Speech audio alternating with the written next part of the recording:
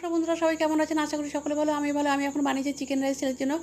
ছেলের পুরোটা খাবে না, কিছুটা খেয়ে যাবে, কিছুটা নিয়ে যাবে, বক্সে ভরে দেবো। এই যে দেখুন, বক্সে দিয়ে দেবো, আর কিছুটা শশা দেবো। তারপর সকাল সকাল এরা চলে এসেছে। আরও একজন আছে দূরে, এই যে। তারপর ছেলে চলে যাওয়ার পর কিছুটা বিশ্রাম নিলাম। বিশ্রাম নেওয়ার পর কিছু শাড়ি আমি রোদে দিলাম। ছাদের প্রচণ্ড রোদ, সব শাড়ি দিতে পারিনি, কিছু দিয়েছি, পরে আরও একদিন বাকিগুলো দেবো।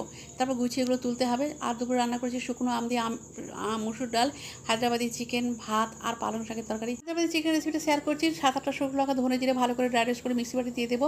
একটা বড় সাইজের পেঁয়াজ দিয়ে ভালো করে পেস্ট করে নেবো। তারপর 2 টেবিল স্পুন টক দই, 2 টিস্পুন আদা রসুন বাটা আর বেরেস্তা ভালো করে চিকেনের সঙ্গে মাখিয়ে নেবো।